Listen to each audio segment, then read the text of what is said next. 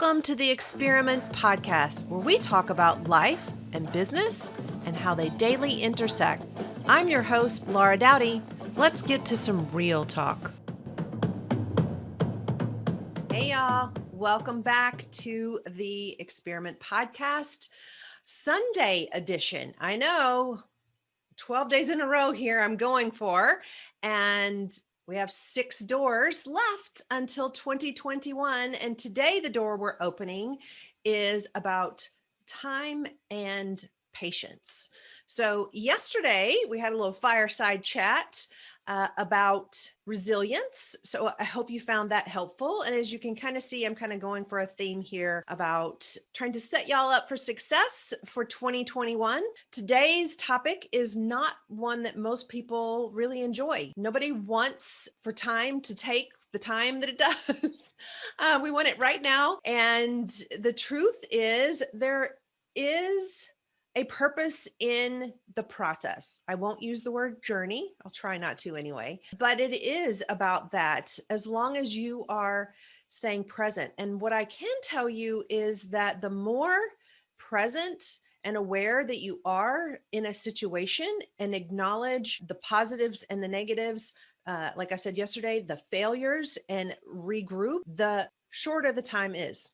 That's just a fact. But when we actually try to debate it, argue with it, ignore it, it just takes longer. And I am an actual witness to that because I have personally experienced it. I'm sure some of you have as well out there.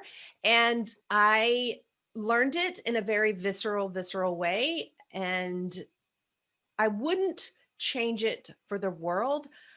But I will have to say it was probably at this point in my 54 years of existence, one of the most painful things that I've ever had to go through. So I wouldn't, like I said, change it for anything, but it was muck. And so part of that was because I had ignored the signs year after year after year. And I just kept thinking and trying to make it happen.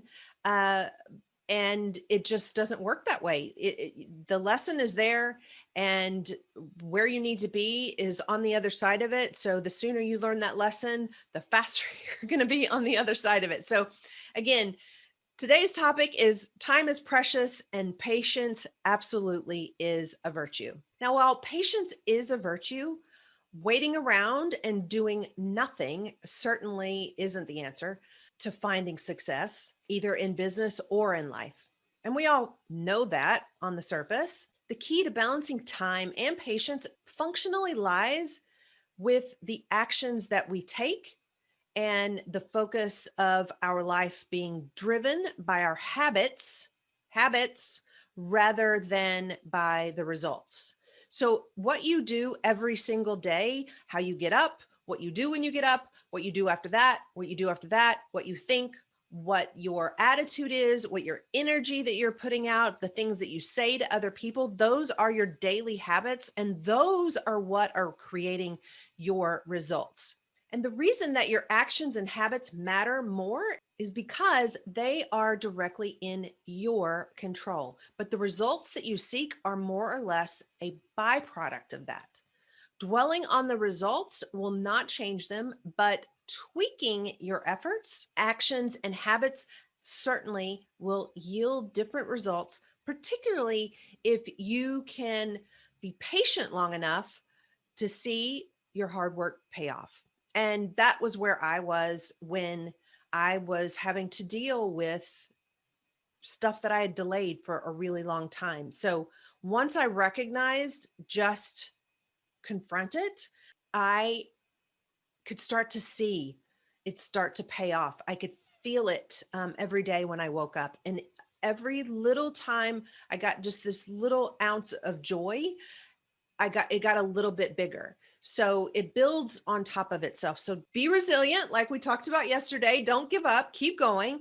The balance of your patience comes from your ability to perform a strong set of continuous actions in the right direction, which will as I said, build up over time and yield the results that you want instead of after each action itself, expecting it to happen right then. It's a build up effect over time that result that you desire will show up. When you're chasing success, money, or entrepreneurship, the same elements apply.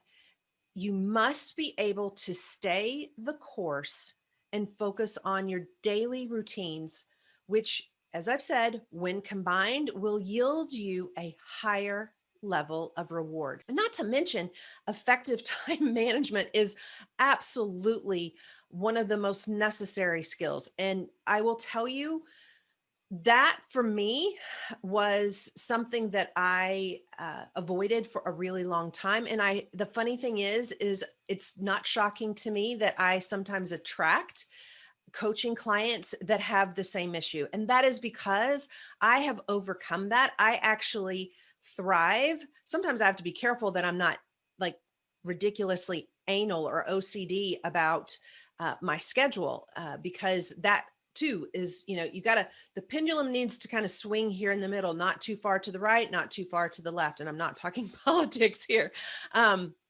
So when you realize that your time is very, very precious and that you have goals that do require patience, the implementation of discipline in your daily schedule, in your daily habits, are what create the results that you want. So make your calendar your best friend. And it is a disciplined act. And some people see discipline as a punishment. And that's just a paradigm shift that you have to make in your own mind. Literally, when I understood that, I serve a God of order, not a God of chaos. And when we don't discipline ourselves to a schedule, we're inviting chaos into our lives. I realized that it doesn't serve me. It doesn't serve my goals. It doesn't serve the other people around me. So if you can discipline yourself with a schedule and take joy in making sure that what you're scheduling is laying out to implement the goals that you have in mind, then you are absolutely on the right path. And what I tell a lot of people is if you're that resistant to a schedule, start with committing to 1 hour a day of doing something to get you to your goals, and then build up to 3 hours a day.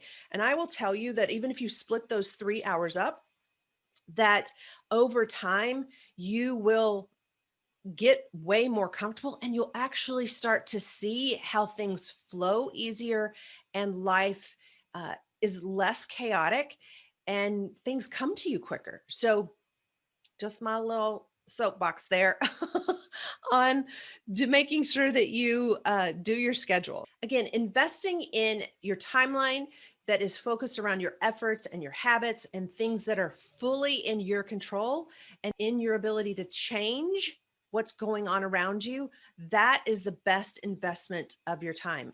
And here is actually a really great example. So let's just say that you want to be a millionaire by the age of 30. That is a goal that associates time with results when neither variable is actually completely in your control. Now, on the other hand, a better or more grounded goal might be, I will form my first business by the age of 25 and have at least 100 clients by age 30. While both goals create an opportunity to be a millionaire by 30, this one, the one where you're being very specific, it enables you to measure your time through actionable efforts rather than through your results. Focus your time, your life around what you can do in the moment rather than what you can't do or what isn't working for you. And you know what? Once you understand that, regardless of your expectations of how long something should take, your efforts should never be focused on time itself, but rather on the action you can control. And never forget, there is no substitute for time and patience. So there you have it. I hope you found that helpful. today. I hope you're having an amazing Sunday. And we have just a few more doors until 2021. Tomorrow is the $1 Million Monday, where I'm going to be going over Malibu and New York. And then we have a few more days till 2021. Yay. And we'll be done with this 2020. Thank you so much. Be well. Bye, y'all. Thanks so much for listening to today's episode of the Experiment Podcast. Don't forget to subscribe, rate us, and leave us a review. And as always, follow me on Instagram at LauraDowdy_LE for Live Excellent. Go make a difference, y'all. The world needs you.